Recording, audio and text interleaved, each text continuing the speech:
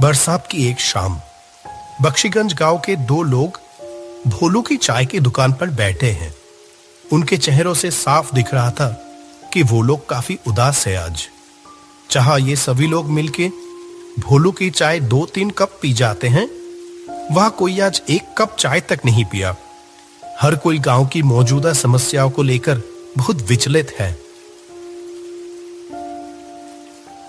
इसी बीच गांव की वर्तमान हेडमास्टर कैलाश उपाध्याय भोलू की चाय की दुकान पर आ पहुंचे।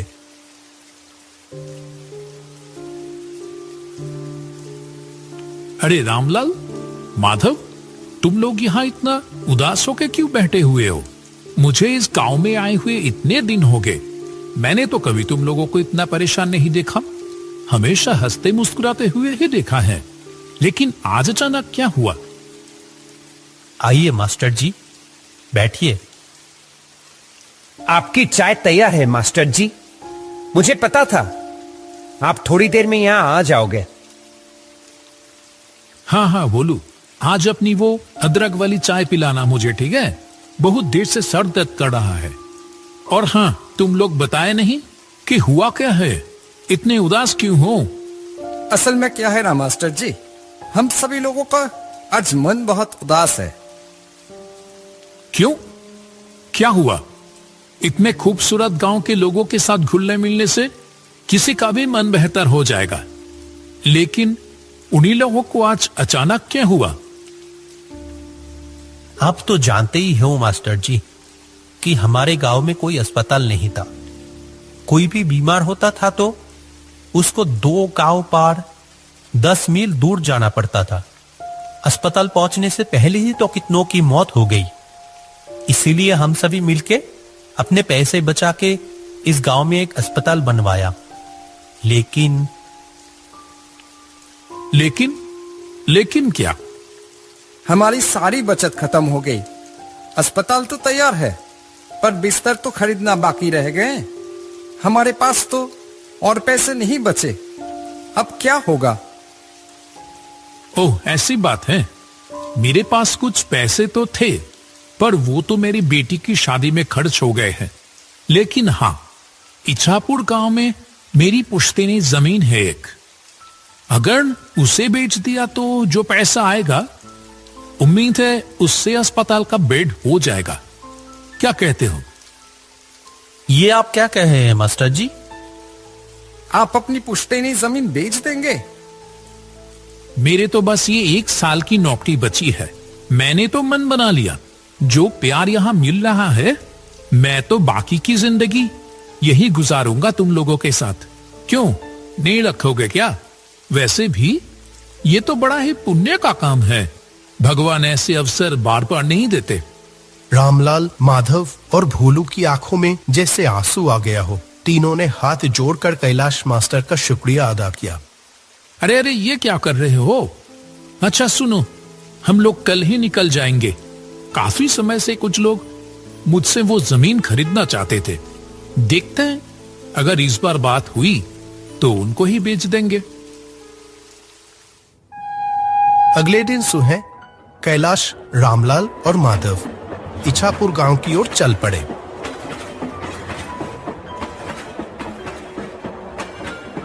जब वह ट्रेन में थे, बाहर बहुत जोर से बारिश हो रही थी।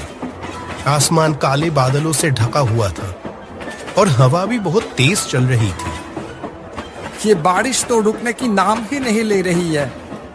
मैं भी तो वही सोच रहा हूँ, इतनी बारिश में जाएंगे कैसे? वहां एक नदी भी तो पार करनी होगी। आपका गांव क्या स्टेशन से बहुत दूर है? स्टेशन में उतर के पहले हम लोगों को नदी के किनारे पहुंचना होगा, फिर वहां से नाव लेके नदी पार करके जाना होगा मेरा गांव।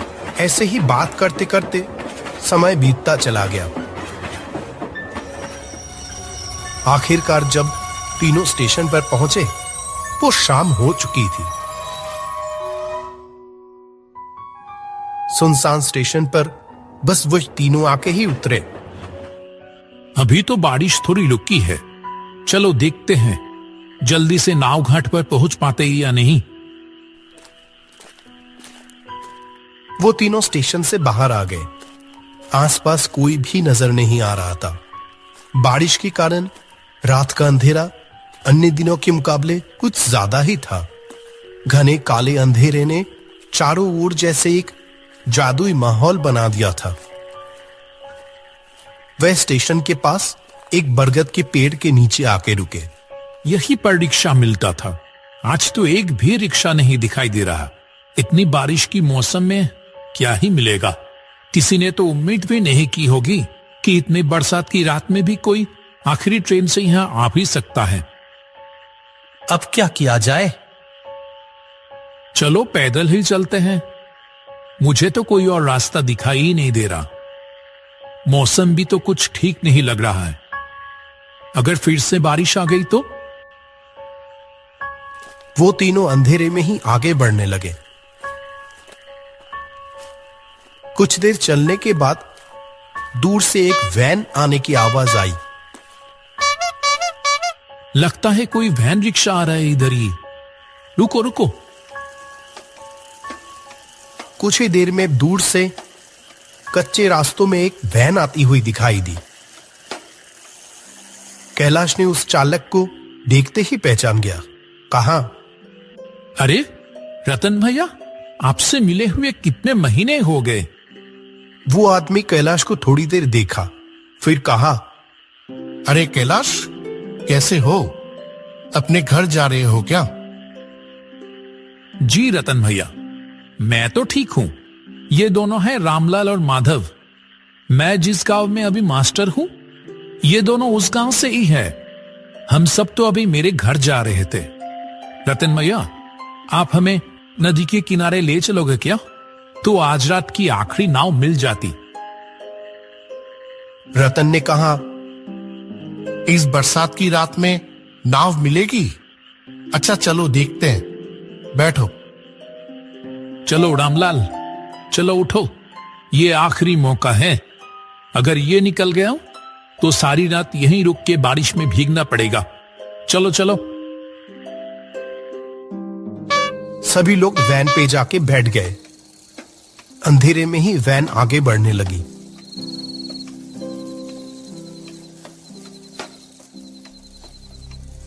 कुछ देर बाद कैलाश ने रतन से पूछा, आपकी तो इतनी उम्र हो गई रतन भैया, फिर भी आप अभी भी वैन चलाते हो? आपको तकलीफ नहीं होता?